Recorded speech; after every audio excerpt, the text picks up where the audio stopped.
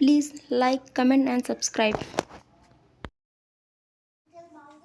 नमस्कार दोस्तों, स्वागत है आपका हमारे YouTube चैनल पर स्टडी विद ज्योतिमा। और मैं आज आपके सामने हिंदी के कुछ महत्वपूर्ण प्रश्नों को लेके आई हूँ। और इससे पहले मैं बता दूँ, इससे पहले के प्रश्न मैंने कल वाले वीडियो में बता रखे थे, तो आप चाहें तो वहाँ से मेरी प्लेलिस्ट में जाकर प्रश्नों को देख सकते हैं।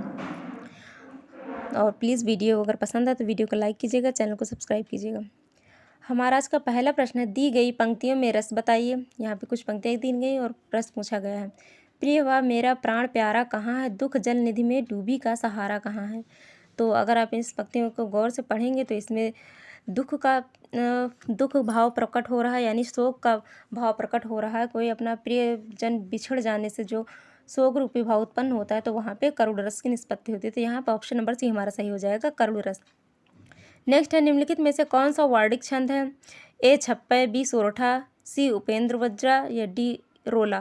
तो ऑप्शन नंबर सी होगा उपेंद्र वज्रा, क्योंकि छप्पय, सोरठा और रोला ये हमारे मात्रिक छंद हैं, लेकिन उपेंद्र वज्रा जो है वो हमारा वर्णिक छंद है। इसमें 11 वर्ण होते हैं प्रत्येक चरण में।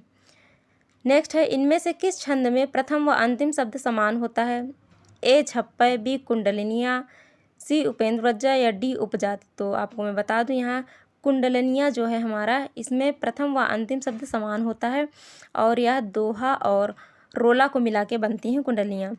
नेक्स्ट है, इनमें से कौन सा विकल्प शब्दालंकार का भेद नहीं है। ए यमक, बी रूपक, सी श्लेष या डी अनुप्रास।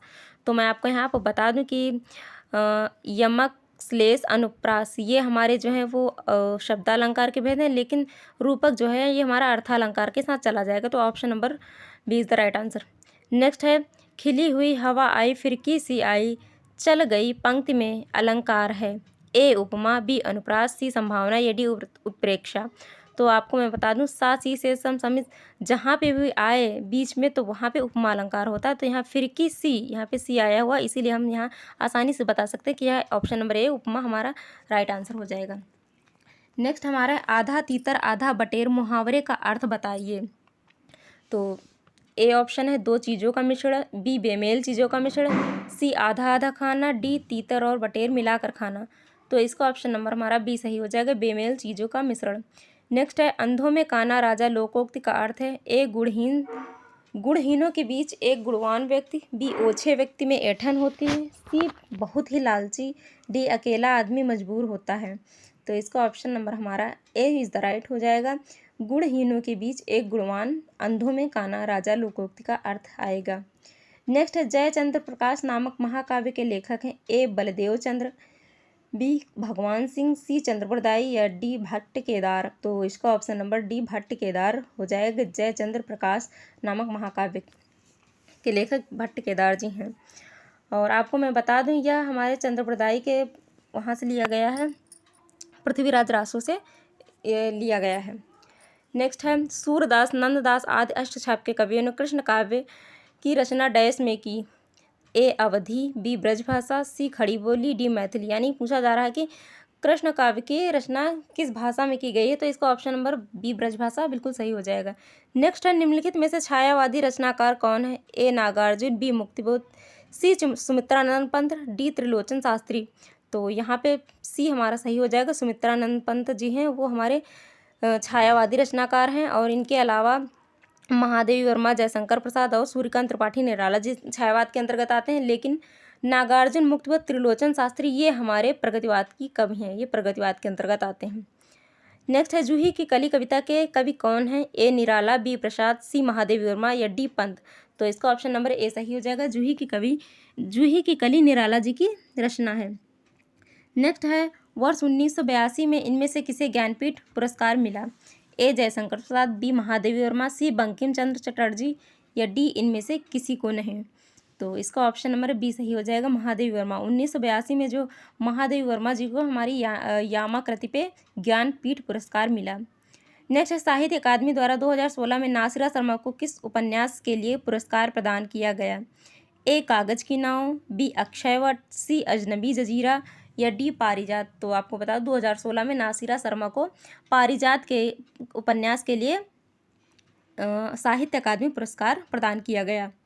नेक्स्ट, एक मुलाकात कहानी की कथाकार कौन है। ए अलका सरावगी, बी कृष्णा श्रोवती, सी दीप्ति खंडेलवाल या डी उषा राजे। तो एक मुलाकात कहानी की कथाकार जो है वो हमारी उषा राजे जी हैं और ये यूनाइटेड स्टेट ऑफ किंगडम की रहने वाली है, लेकिन ये भारतीय मूल रूप से रहने वाली भारत की हैं। नेक्स्ट है 133 फांस किसकी रचना है? ए दूधनाथ सिंह, बी रविंद्र कालिया, सी नंदकिशोर नौटियाल या डी संजीव। तो फांस हमारी संजीव जी की रचना है। नेक्स्ट है निम्नलिखित कथन किस उपन्यास से उद्धृत है? छीड़ स्वर में बोला, मेरा कहा सुना माफ़ करना धनिया, अब जाता हूँ, गाय की लालसा मन में ही रह गई। तो आपको मैं बता दूं, अगर किसी ने गोदान कृति पढ़ी है मुंशी प्रेमचंद जी की, तो ये गोदान कृति की पंक्तियाँ ली गई हैं और इसमें इसका नायक जो होरी है वह अंत समय में अपने मृत्यु के समय अपनी पत्नी धनिया से ये लाइनें बोलता है। और बता दूं, ये मुंशी प्रेमचंद की अंतिम उपन्यास है और अत्यंत ही हृदय विदीर्ण उपन्यास है। आप लोग कभी अगर समय मिले तो पढ़िएगा, बहुत अच्छा उपन्यास है। नेक्स्ट हमारा है नाटक स्कंदगुप्त की रचना किसने की? ए प्रेमचंद्र, बी जैनेन्द्र कुमार, सी जयशंकर प्रसाद या डी मालती जोशी। तो नाटक स्कंदगुप्त जो है वो हमारा जयशंकर प्रसाद जी की रचना है। इसके अलावा इन्होंने चंद्रगुप्त, ध्रुव स्वामिनी आदि कई महत्वपूर्ण जो है उपन्यासों की रचना की।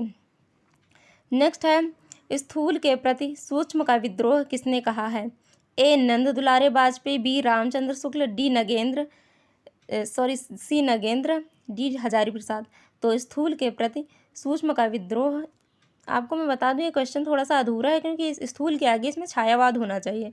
छायावाद स्थूल के प्रति सूक्ष्म का विद्रोह है, यह डॉक्टर नगेंद्र ने कहा। Option number C is the right answer. Next है निम्न में से कौन जीवनी है? ए अतीत के चलचित्र, बी चिंतामणि, सी आवारा मसीहा या डी नीड़ का निर्माण फिर। तो इसका ऑप्शन नंबर सी आवारा मसीहा जो है ये हमारे विष्णु प्रभाकर द्वारा रचित बांग्ला लेखक जो हैं शरद चंद्र चट्टोपाध्याय जी की जीवनी है।